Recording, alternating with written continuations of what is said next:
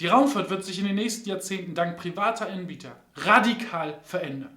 Und dieser Wandel kann richtig geile Chancen für uns bereithalten. Aber wir müssen ihn aktiv gestalten. Wir müssen uns darauf vorbereiten, dass milliardenschwere Konzerne ins All vordringen. Und deswegen brauchen wir eine europäische Strategie und internationale Regeln, um Konflikte zu vermeiden und sicherzustellen, dass die Reichtümer des Weltalls gerecht verteilt werden.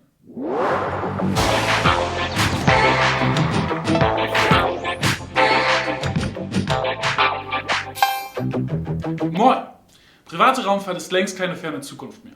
Am laufenden Band entstehen gerade Startups, die den Weltraummarkt komplett neu aufmischen wollen. This is not the scale model, this is the real size. We've built the largest metal 3D printers in the world. They did win the contract from NASA, and NASA said we want a commercial space station. Und dann sind da natürlich noch die beiden reichsten Männer der Welt, Elon Musk und Jeff Bezos, die mit ihren Unternehmen geradezu aggressiv in den neuen Markt namens New Space vordringen. Become a spacefaring civilization and a multi-planet species. The idea of manufactured worlds. Starship 10 has liftoff. It's headed to 10 kilometers. Das All hält für uns alle unglaublich viel bereit. Aber wir müssen auch mit den Entwicklungen umgehen lernen.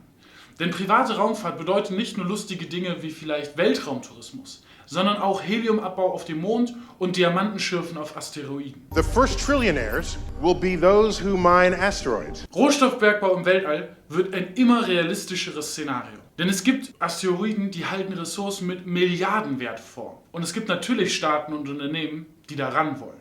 Was also machen wir, wenn wir in 20 oder 50 Jahren eine Art Goldrausch im Weltraum erleben? Haben wir dann Wildwestbedingungen und jeder darf einfach einen Claim abstecken und ansonsten gilt das Recht des Stärkeren?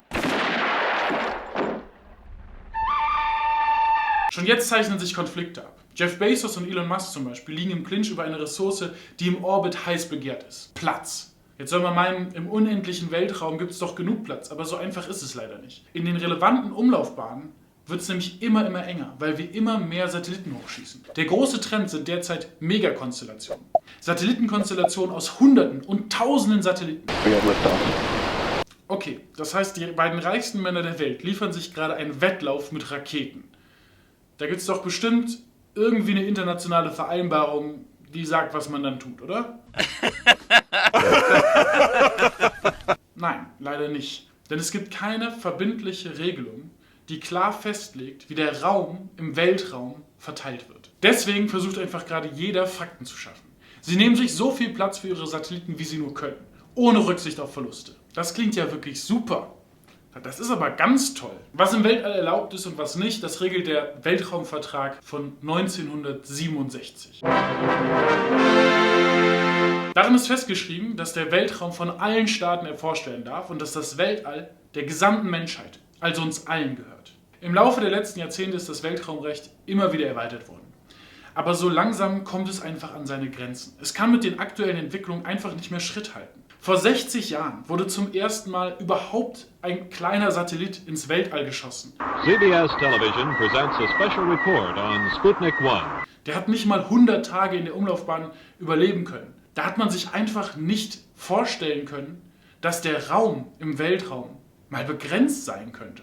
Dass Weltraumtickets durch private Anbieter immer günstiger werden, ist natürlich eine super Sache. Für Startups, die zum Beispiel Satelliten in den Orbit bringen wollen oder für Forschungsinstitute, die Daten im Kampf gegen den Klimawandel sammeln wollen.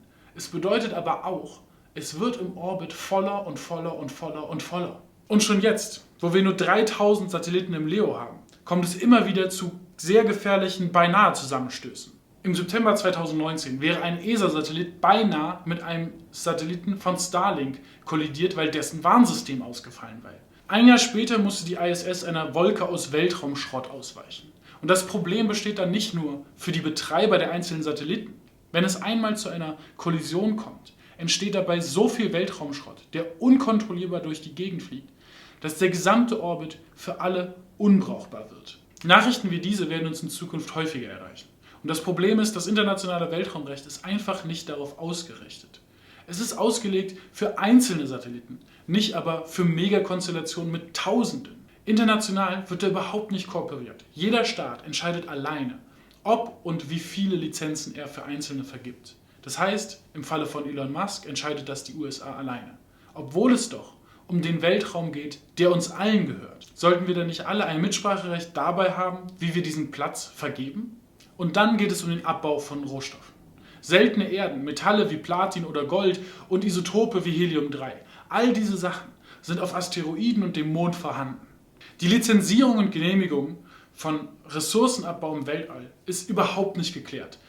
Streng genommen mit dem aktuellen Regelwerk sogar eigentlich irgendwie verboten. Aber wie gesagt, genaue Regeln gibt es nicht. Und wenn abgebaut werden soll, muss man dann Steuern dafür zahlen? Haven't done my taxes, I'm too turned up. Nochmal, das Weltall gehört uns allen, also auch dir. Und das Gold, was da abgebaut wird, gehört auch dir. Und dann solltest du auch einen kleinen Teil davon bekommen. Zumindest in Form von Steuern. Wenn wir jetzt nicht handeln, dann wird das Weltall in den nächsten Jahren unter 4 oder 5 Playern komplett aufgeteilt. Deswegen braucht unser Weltraumrecht dringend ein Update. Das Weltall gehört uns allen. Statt Wild West und jeder gegen jeden brauchen wir ganz klare Regeln. Denn die Raumfahrt ist eine Menschheitsaufgabe. Lasst uns nicht zulassen, dass das größte Abenteuer des 21. Jahrhunderts komplett durchkapitalisiert wird. Stattdessen können wir aus der Raumfahrt ein globales Friedensprojekt machen. Ich hoffe, euch hat dieses Video gefallen. Das war das erste Video aus der Reihe Space Race 2.0. Und da werden wir in den nächsten Wochen noch genauer angucken, was gerade alles an Entwicklungen im Weltraumbereich eigentlich vor sich geht. Wenn ihr da Interesse daran habt, dann abonniert auf jeden Fall den Kanal, dann verpasst ihr nämlich keins von diesen Videos. Wenn es euch gefallen hat, lasst einen Daumen hoch und schreibt gerne mal in die Kommentare, was haltet ihr denn gerade eigentlich von dieser Kommerzialisierung der Raumfahrt. Und hier, MV tut gut und in Mecklenburg-Vorpommern gibt es nämlich auch Ideen, dass man einen Weltraumbahnhof in Lage installiert. Was haltet ihr denn von sowas? Ergibt das Sinn? Weltraumbahnhöfe mitten in Deutschland? Schreibt es gerne in die Kommentare. Und ansonsten bleibt gesund, bleibt sicher und vor allen Dingen Jostanti Radosny v Rosmantosti. Ich glaube, das war falsch. Sustanti Jedosny. Sustanti Jedosti v Rosmantitosti.